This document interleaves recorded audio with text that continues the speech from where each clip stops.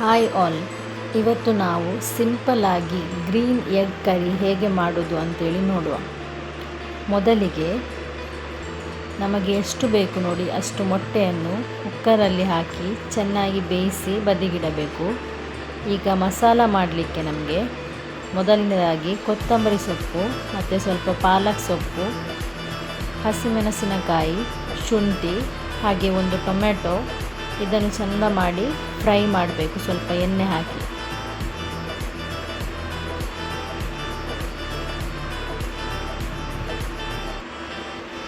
ಇದನ್ನು ಚೆನ್ನಾಗಿ ಫ್ರೈ ಮಾಡಿದ ನಂತರ ಇದು ಚೆನ್ನಾಗಿ ಬಾಡುವ ಹಾಗೆ ಫ್ರೈ ಮಾಡಬೇಕು.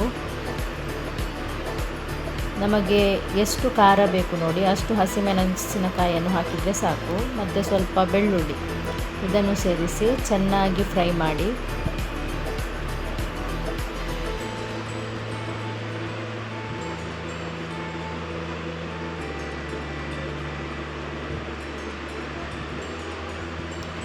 ನೋಡಿ ಇದನ್ನು ಚೆನ್ನಾಗಿ ಈ ಥರ ಫ್ರೈ ಮಾಡಿ.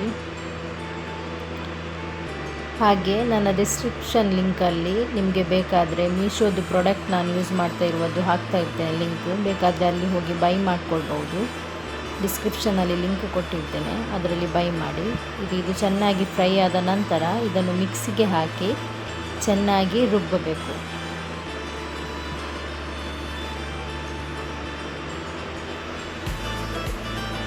ಇದು ಬಿಸಿ ಆರಿದ ನಂತರ ಮಿಕ್ಸಿ ಜಾರಿಗೆ ಹಾಕಿ ಚೆನ್ನಾಗಿ ರುಬ್ಬಿ.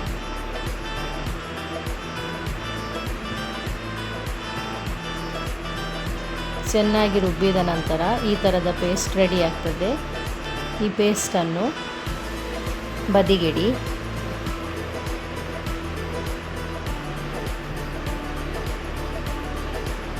ಈಗ ಒಂದು ಬಾಣಲೆಗೆ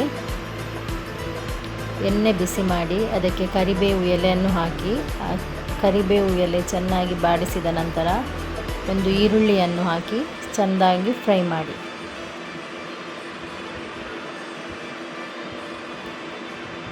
ಈರುಳ್ಳಿ ಚೆನ್ನಾಗಿ ಫ್ರೈ ಆಗಬೇಕು.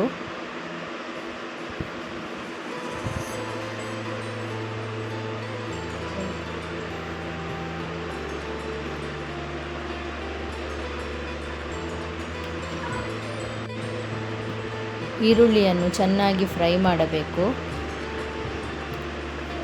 ಈರುಳ್ಳಿ ಚೆನ್ನಾಗಿ ಫ್ರೈ ಆದ ನಂತರ ಇದಕ್ಕೆ ರುಚಿಗೆ ಎಷ್ಟು ಬೇಕು ನೋಡಿ ಅಷ್ಟು ಉಪ್ಪು ಮತ್ತು ಸ್ವಲ್ಪ ಅರಶಿನ ಹುಡಿಯನ್ನು ಹಾಕಿ ಚೆನ್ನಾಗಿ ಫ್ರೈ ಮಾಡಿ. ಇದು ಚೆನ್ನಾಗಿ ಫ್ರೈ ಆದ ನಂತರ ನಾವು ರುಬ್ಬಿಟ್ಟುಕೊಂಡ ಗ್ರೀನ್ ಮಸಾಲವನ್ನು ಇದಕ್ಕೆ ಸೇರಿಸಿ ಚೆನ್ನಾಗಿ ಮಿಕ್ಸ್ ಮಾಡಿ.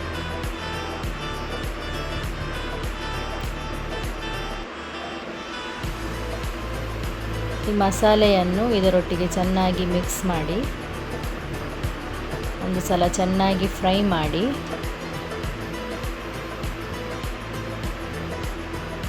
ನಂತರ ಎಷ್ಟು ಬೇಕು ನೋಡಿ ಅಷ್ಟು ನೀರು ಸೇರಿಸಿ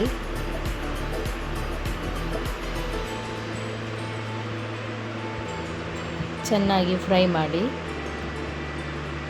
ನಿಮಗೆ ಎಷ್ಟು ಬೇಕು ಅಷ್ಟು ನೀರು ಸೇರಿಸಿ ಒಳ್ಳೆ ಕುದಿ ಬರುವಾಗ ಇದಕ್ಕೆ ಮೊಟ್ಟೆ ಸೇರಿಸಿದರೆ ರುಚಿಯಾದ ಎಗ್ ಗ್ರೀನ್ ಮಸಾಲ ಸವಿಯಲು ಸಿದ್ಧ.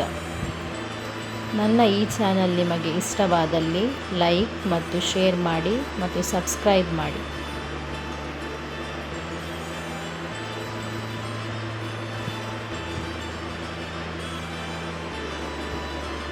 ನೋಡಿ ಇದು ಒಂದು ಕುದಿ ಬಂದರೆ ಗ್ರೀನ್ ಮಸಾಲ ರೆಡಿ.